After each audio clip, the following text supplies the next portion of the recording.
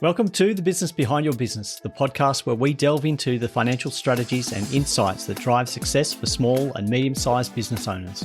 I'm your host, Paul Sweeney, and in each episode we bring you expert guests who share practical advice, real-world experiences, and actionable tips to empower you on your business journey.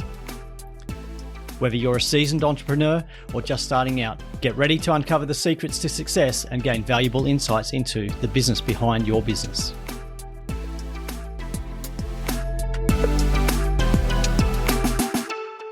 So, look, if you've run a small business, you've probably felt this frustration. Some weeks you're flat out, some weeks it goes quiet. And what do?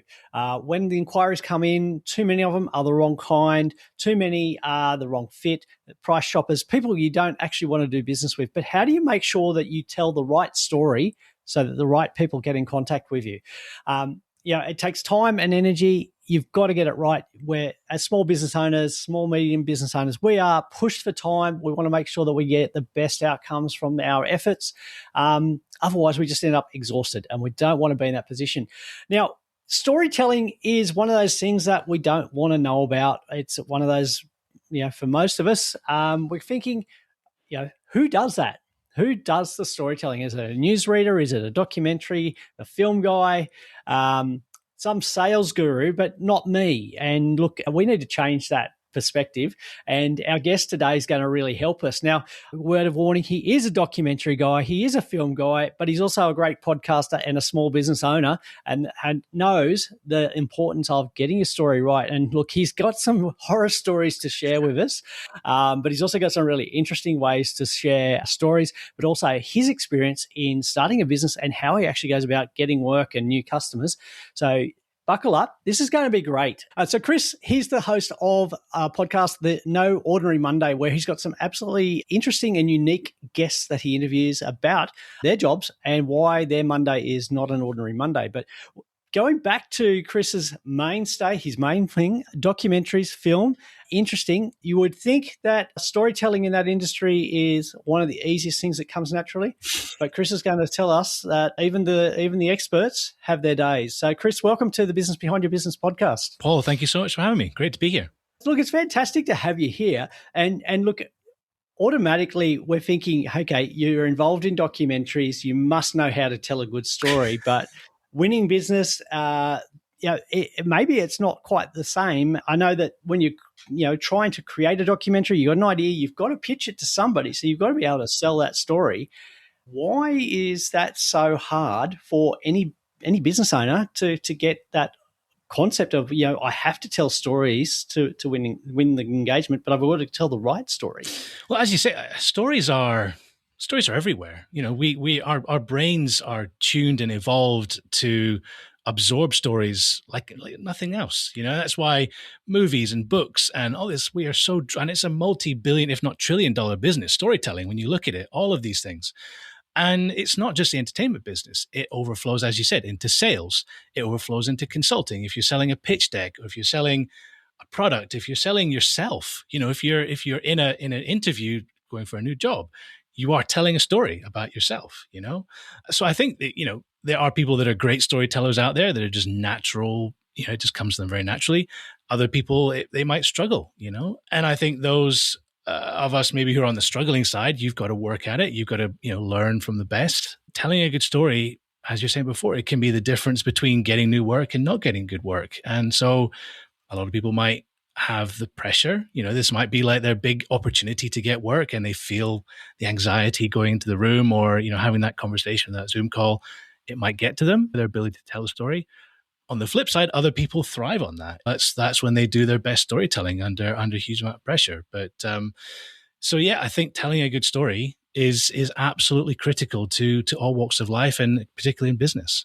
And stories are certainly memorable. We tend to remember an illustration when somebody's described it to us by using a story rather than just telling us the facts. And there's certainly a lot to be said about how we can actually explain things. The examples that we use can help to, give a lot more strength to our story, but also strength to our ability to be able to deliver on it, because we can often share maybe a past example. But a lot of us are really scared to use that, and I think some of us are burned by the view that okay, a story means being funny. I don't think that's the case. Not at all. I mean, weirdly enough, my background is I come from science. My education, I've got a master's in molecular microbiology, and I came to documentary filmmaking from there. I wanted to make science films. I wanted to share and be a science communicator.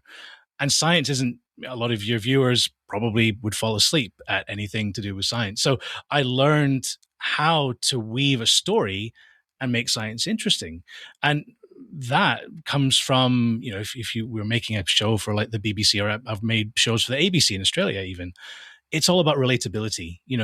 Whatever your audience, you have to get them in and hook them in with relatable stories, relatable themes, relatable characters.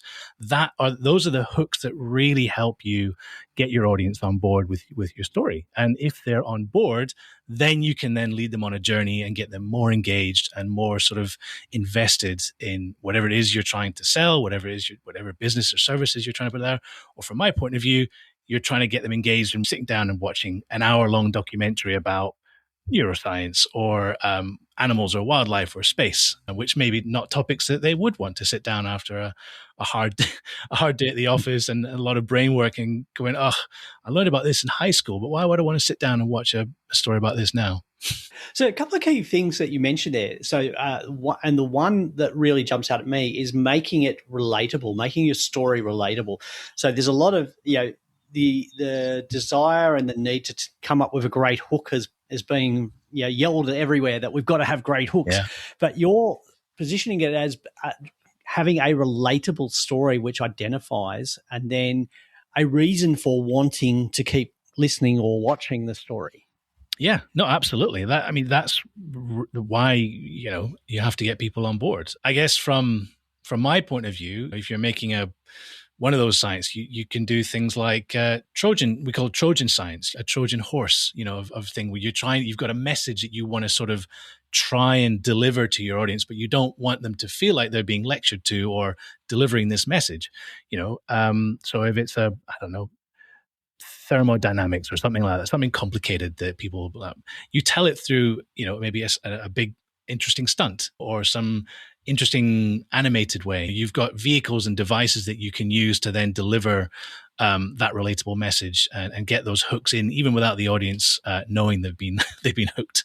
So that way of relating and I guess explaining a difficult concept. And look, we've all got different concepts that we need to explain in our business to our customers. So we need to make it relatable, but also understandable so that somebody keeps listening. Make sure that the message that you're getting across delivering is the message you want your customer to hear, and perhaps they need to hear, but maybe in a way that they weren't expecting to hear it in the first place. Yeah, I mean, that's the thing. Like, for me, if you've got a relatable story, that's one step in the door kind of thing. You've got a little bit of an in. And then if your message is complicated, and you need your audience, you've got to break it down. You've got to take it step by step.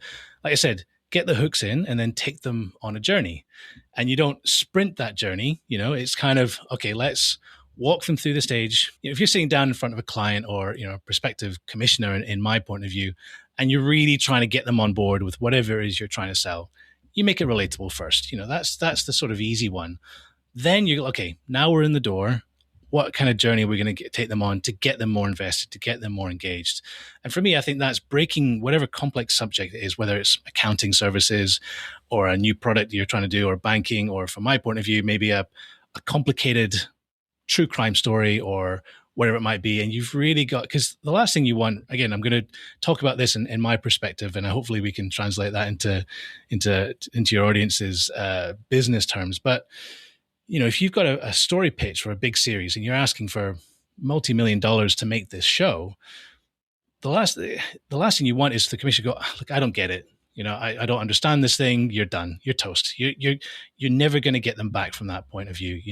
So you've got to be really strategic in how you walk in the door. Go, great. This is what we use in television. Sometimes it's like I don't know. Blade Runner meets the X-Files or something like that. You take two big relatable shows and go, okay, cool. Now I've got a picture of the tone and the vibe and the style. So you've got them with your relatability. Then you break down your pitch and go, great. Start at the when the crime happened. What is it interesting about this particular story?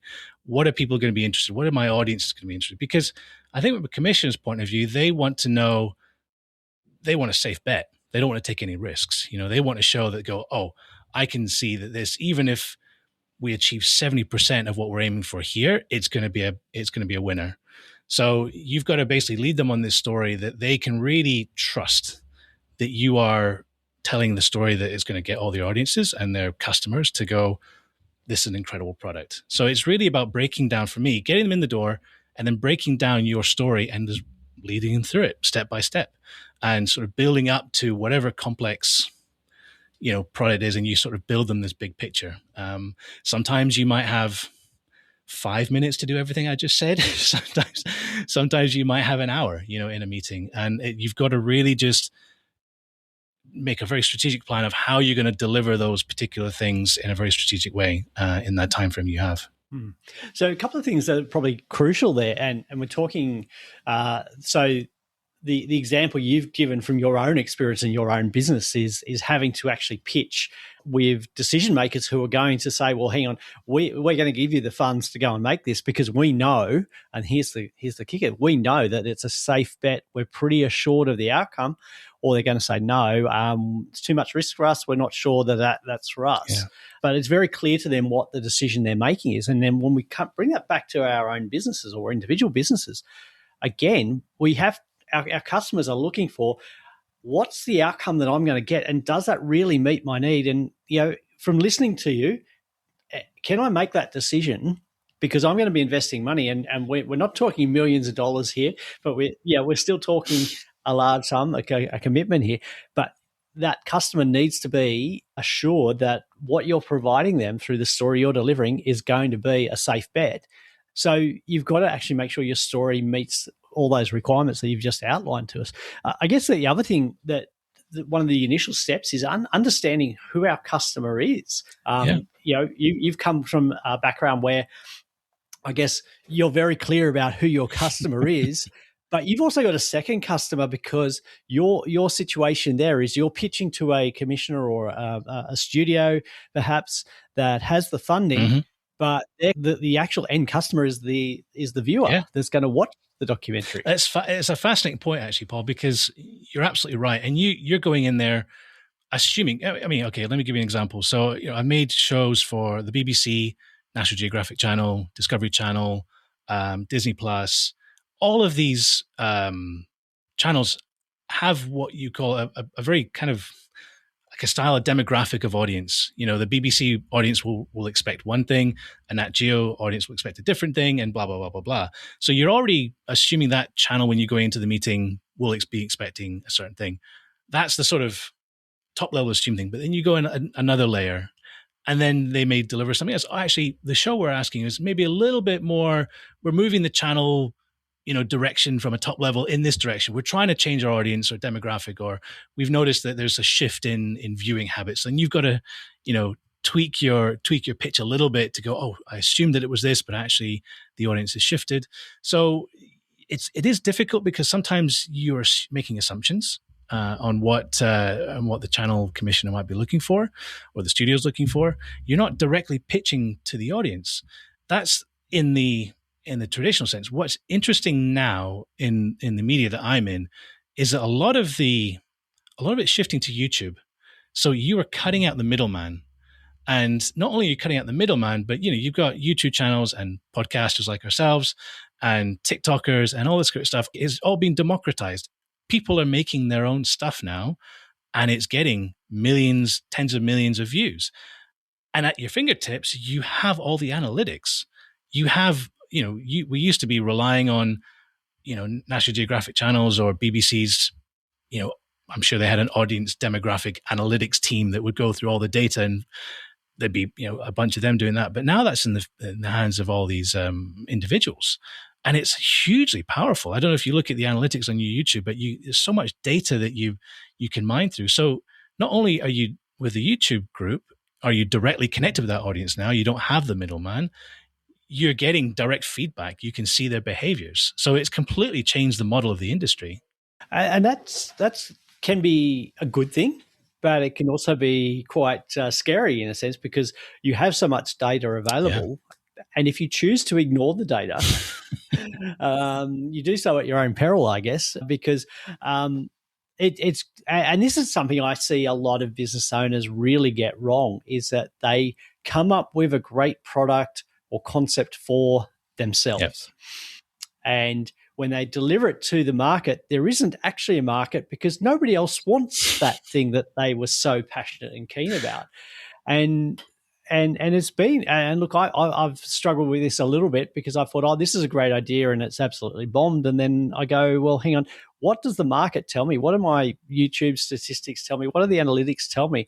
They tell me that people are not actually after that or interested in that topic. So I have to pay attention to it. And one of the problems, I think, is there's just so much data out there. Yeah. How do you make sense of that? I'm learning, as we all are. Listen, you start with what you again, baby steps. If you're learning, quantum physics, you start at the base level and work your way up. So you look at, your retention levels and whatever it might be, and go, okay, great. No one's watched this episode after the first 5 minutes. Maybe there's something wrong with my initial pitch. That's the sort of basics. But then you can dive as deep as you want into who's listening, for how long, where they're listening, how old they are, all these kinds of different metrics that you can dive into. And for me, diving into this sort of new digital media space, actually YouTube has been a really good education tool. There's so many people, and it doesn't necessarily need to be in media.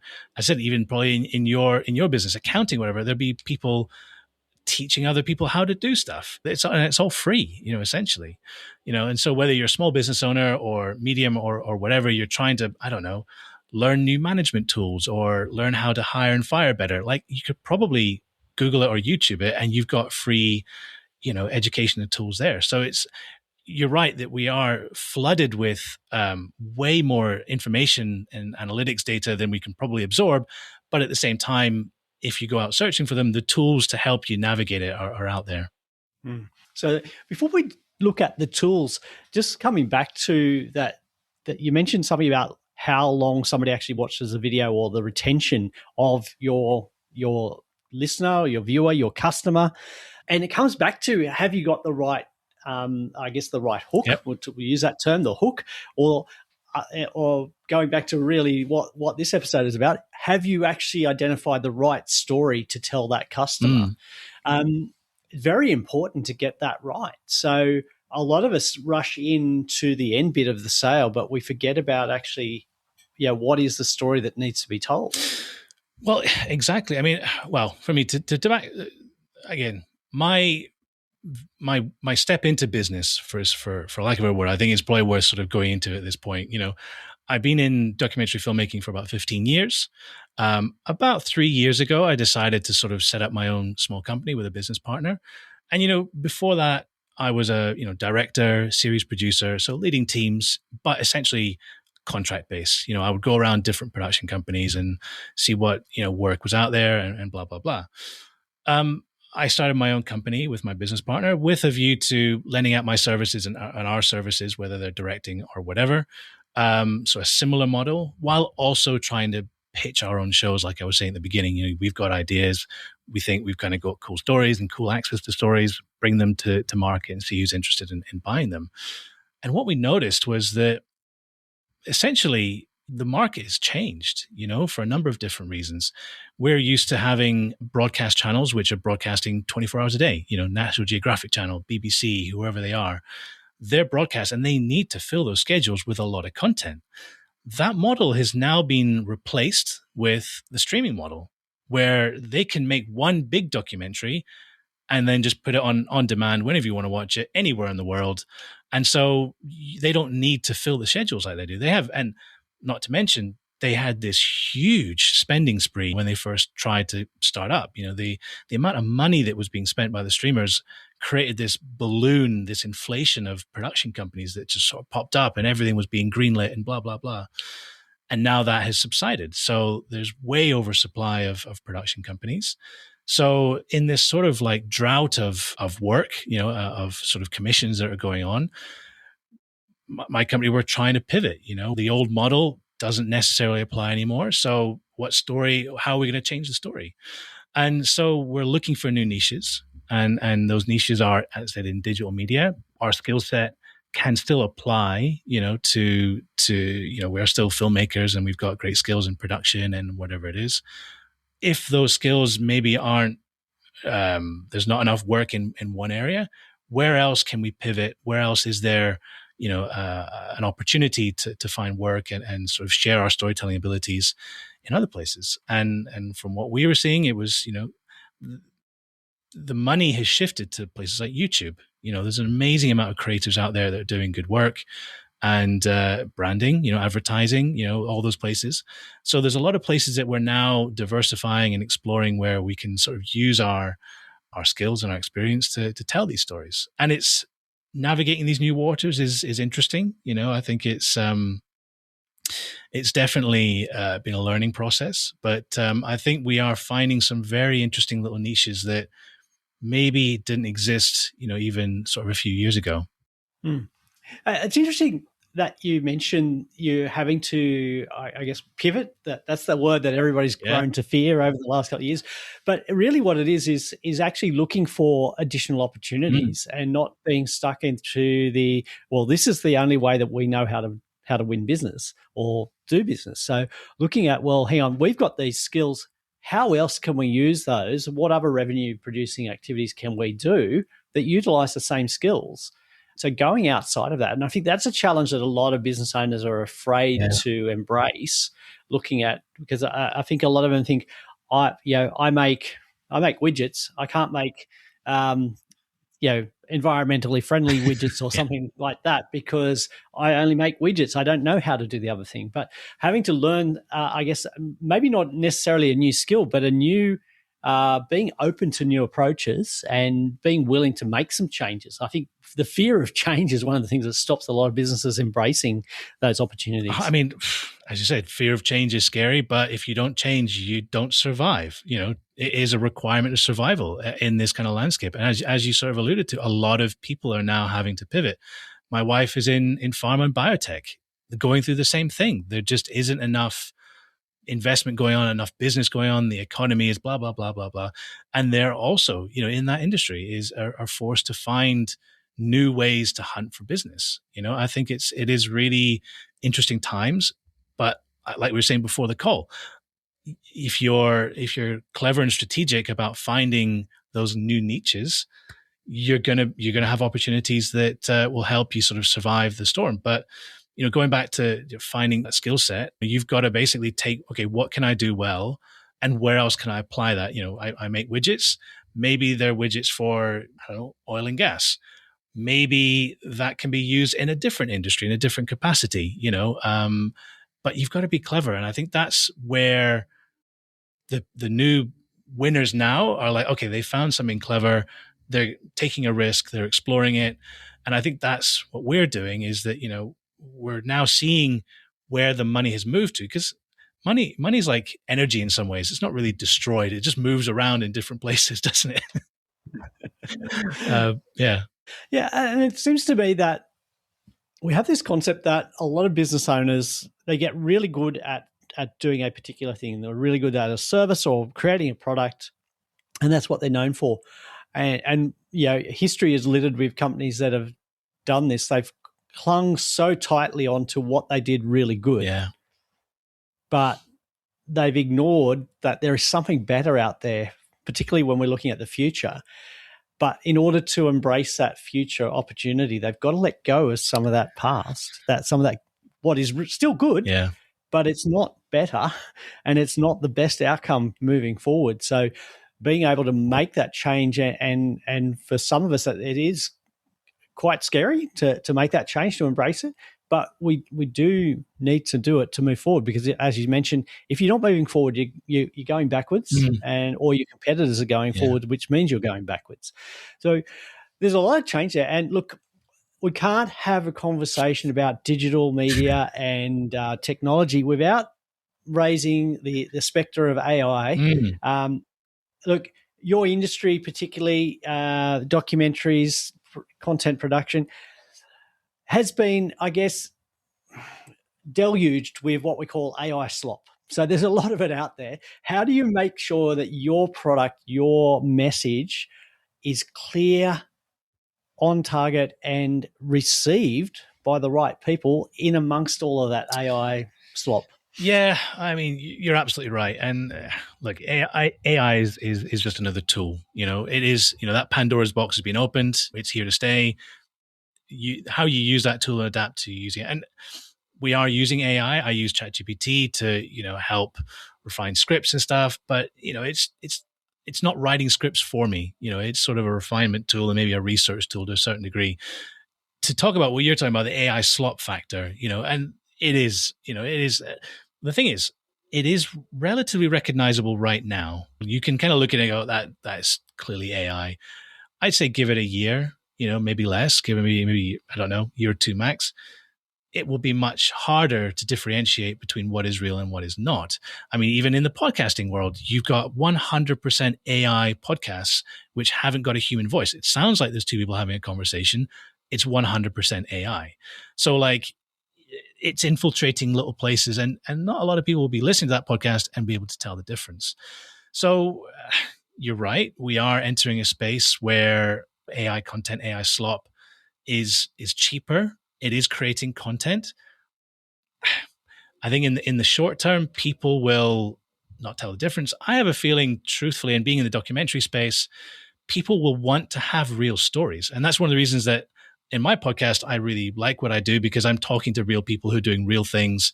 It's, there are insecurities and mistakes and it's not perfect. And that, I think, is really important to documentary. It's real. So navigating that space is going to be very interesting over the next few years, because there will be a lot of push for clients to want things faster and quicker and better, as they always do. That will require the sort of strategic use of AI in certain places. But when you spill over the line into just handing over all of that content creation to AI, I think you're just going to see a reduction in quality. And truthfully, from what I've seen so far, like, I think even when it gets better, I have a feeling that people will still be able to see what's real and what's not. Something that's actually been crafted by human hands, involving real people, whereas something that's just been, prompted into an AI and said, "Oh, make me a 30-minute documentary about, whatever's going on in the world," and it'll just spit something out. I struggle to believe that there will ever be a time where that becomes completely believable and comparable to human hands. But I don't know. We're moving very fast in this space, and I don't know. I'm not a fortune teller. No, none of us would dare to go along that lines and say that we can confidently predict what's going to be the future in a year's time, even. Look, Chris, we've covered a lot of ground today, talking, I guess, right through storytelling to understanding your customer to, making sure you stand out with all the noise and the slop that's out there. But if there was one thing that a business owner needs to hear about getting their story right for the right customer, what would that one thing that you must get right be, in your view? For me, I mean, we have this term in my industry called "kill your babies," and killing your babies can apply to a lot of things. For example, if you're in the editing suite and you're the director of the film, you're the writer of the film, and you're in the edit, and there's this one scene that you just absolutely love, and everyone is telling you to drop it because it's not working, blah, blah, blah, blah, blah. I think that's kill your babies. It's basically something that you might be determined to make something work, and you're banging your head against a brick wall and you think it's going to work, and everything else in the world is telling you it's not going to work. Don't waste your time. Keep banging your head on the walls. Move on. The world is moving too fast right now for you to keep flogging on a high risk thing or something you're just innately passionate about. I think passion is a good thing and you need it to create good products. But if you're just holding on to something too tight just because you think it might work, if it might not be working, move on. You can put it to the side, put it on the back burner, whatever, move on to the next thing that you think, because I think that as you said before, your competitors will outrun you very quickly, because we're in a very volatile, fast moving kind of industry. It doesn't matter if you're in my industry in media or whether you're in, another sort of, especially in small businesses, you've got to be agile, and holding on to an idea or a strategy or whatever it is too long, you might get overtaken. So I think just keep that in mind as you're preparing to, try and tackle the world. Just be prepared to move quickly and kill your babies. Okay. Well, we won't be headlining our episode with that title of "Kill Your Babies." Hey, but YouTube loves a controversial term. We'll see how we go with that. It'll be in the description. But certainly, I think as a business owner, there is that trap to hold too tightly to your baby. You're very passionate about it, but sometimes you do need to let go.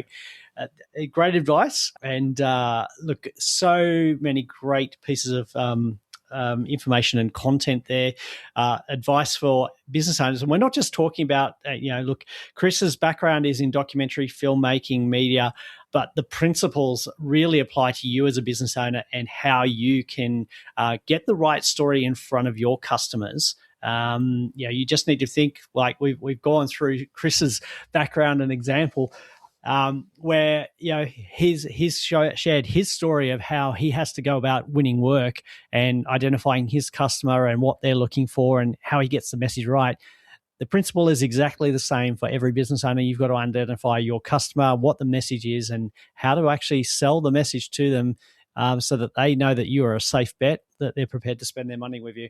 Chris, I've really enjoyed our conversation. I know that we could go a lot deeper into it. And look, we've barely touched on the podcast of No Ordinary Monday. I have checked out a few of the episodes, and there's been some absolutely incredible conversations with some, I guess, really the occupations or activities that really are on, some of them on the extreme end, but some of them are on the, oh, gee, wouldn't that be so cool to be able to do that? Great conversations there. And look, we'll put a link to the podcast in there because I'm sure there's some great conversations in there that our listeners will identify with as well. But look, if people want to get in touch with you, and what's the next step to learn more about Chris Barron and the work that he's currently doing and moving, how he's adapting to the changing world that we're in. Absolutely. Thanks, Paul. I mean, as I said, podcast, No Ordinary Monday, it's got fascinating tales from all types of careers. As a storyteller, I tell these stories very much from a documentary sense. So, go out there and check that out. You can just Google No Ordinary Monday and you'll find it out there. From a sort of more professional side of things, check out our business, which is we are www.frontierfilms.tv. So come and check us out. And if you want to reach out to me, I'm Chris at frontierfilms.tv. And basically what we're doing is, as I said, we're looking at new ways of providing our skills and services to brands, content creators. And as I said, the content creation space on YouTube is developing very quickly. And what we've found is that a lot of these teams are scaling up, but they don't necessarily have the capacity or the skill set to take their channels and their content to that next sort of level of quality. Because essentially these guys started out as creators. They're very talented and skilled on camera, but to create, like a 45-minute, essentially a documentary or a story or a film, there are things that we've learned in the industry that can very much apply in that space as well. So, so that's where we're focusing, and come and check us out. Fantastic. Chris, again, wonderful conversation today. We've learned so much about your business, your history, and critically, how to get storytelling right, and something that we should all pay attention to. As always, the links to all the references and contact details for Chris and items we've talked about today will be in the show notes and also on the businessbehindyourbusiness.com website for you to check out. Chris, thank you again. It's been an absolute pleasure. Paul, thanks again. Have a good one. That's a wrap for this episode of The Business Behind Your Business. We hope you found today's discussion insightful and valuable for your business journey. Before we go, don't forget to subscribe to our podcast on your favourite platform. Share it with fellow business owners who could benefit, and send in your burning questions because we love hearing from you. Missed any of our previous episodes or looking for additional resources to help grow your business? Head over to our website at thebusinessbehindyourbusiness.com. There you'll find our full archive of past episodes, along with show notes, transcripts, and links to valuable resources mentioned in each episode. Your journey to business success continues at thebusinessbehindyourbusiness.com. Until next time, stay inspired, stay informed, and keep building the business of your dreams.